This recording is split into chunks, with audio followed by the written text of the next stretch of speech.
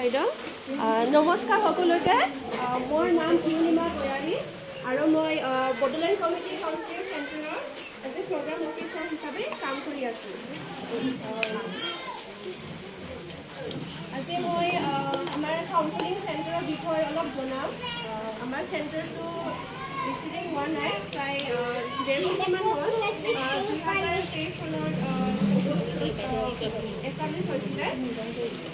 এইটো আমাৰ গোটেই বিটিআৰ ডিষ্ট্ৰিক্টৰ আছে, 5খন ডিষ্ট্ৰিক্টৰ কোকৰাঝাৰ, চিৰাং, কামৰূপ, ওদালগুৰি আৰু বাক্সা। আমাৰ কি কি চাৰ্ভিচেছ প্ৰভাইড কৰি বিষয়ে অলপ জনা হয়। কাউন্সিলিং চাৰ্ভিচেছ দিয়া হয়। কাউন্সিলিং মানে বুজি পায় আপোনালোকে? কাউন্সিলিং কি হয়?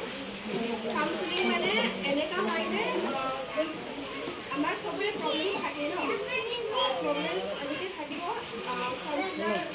কাউন্সিলাৰ এজন থাকিব, তাই আপোনাৰ প্ৰব্লেম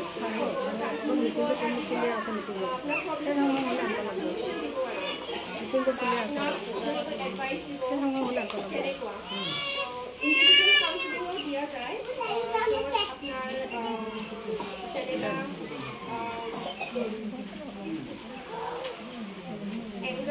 এংগাৰ মেনেজমেণ্ট মানে এংগাৰ মেনেজমেণ্ট বুলি ক'লে কেতিয়াবা এনেকুৱা হয় না, বহুত ৰাগ উঠে, ৰাগ উঠি থাকে। ইয়াৰ বিষয়ে এই কাউন্সিলিং দিয়া যাব। কি কৰিলে আপোনাৰ ৰাগটো কমিব বা কি আপোনাৰ প্ৰব্লেম আছে এইটো শ্বেয়াৰ কৰিব পাৰিব আপোনালোকে। আৰু গ্ৰুপ কাউন্সিলিঙো দিয়া যাব। কাউন্সিলিঙৰ যেনিবা বহুতখিনি মানুহক আমি একেলগে মাতিম, যেনিবা মদ খোৱা বা ড্ৰাগ এডিক্ট যদি আছে একেলগে মাতিম, তাৰপিছত হেৰি কাউন্সিলিং দিয়া যাব। আৰু ফেমিলি কাউন্সিলিঙো দিয়া যায়। ফেমিলি কাউন্সিলিং মানে যেনিবা ফেমিলিৰ আপোনাৰ পৰিয়ালৰ কিবা প্ৰব্লেম থাকে, যেনিবা কাজিয়া লাগি থাকে, ইয়াৰ ওপৰতো হেৰি কৰা যাব।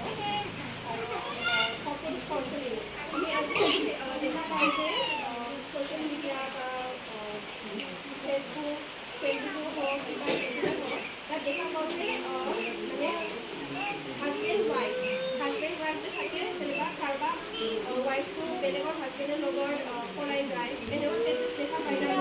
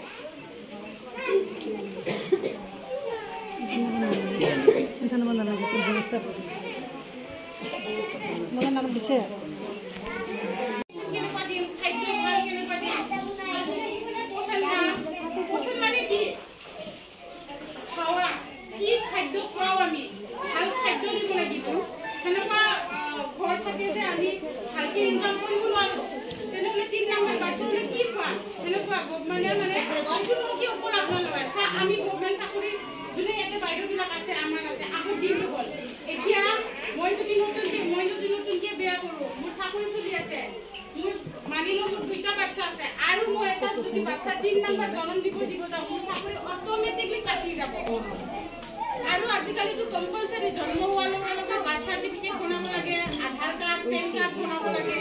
কিন্তু অকল আপোনালোকৰ নহয়, আমাৰো চাকৰি কাটি যায় যদি বাচ্চাটো 3জন থাকে, বুজিছা? আৰু এটা আপোনালোকে সেইটো শুনিছেনে নাই?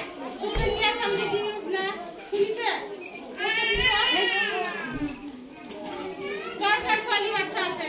হাত ডাঙৰচোন আছে না? 10 বছৰ হৈছে?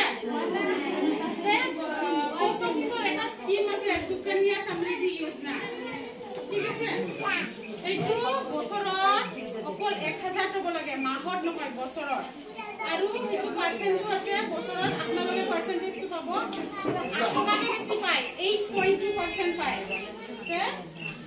খোলা সময়ত 250 টকা দিব লাগিব মাও সেভিংস একাউণ্ট খুলিব লাগিব এই ছোৱালী বাচ্চাৰ লগত লিংক কৰিব লাগিব অকল নহয় মা দেউতা দুজনে খুলিব পাৰে কিন্তু বহুত লাভ হয় এইটো থলে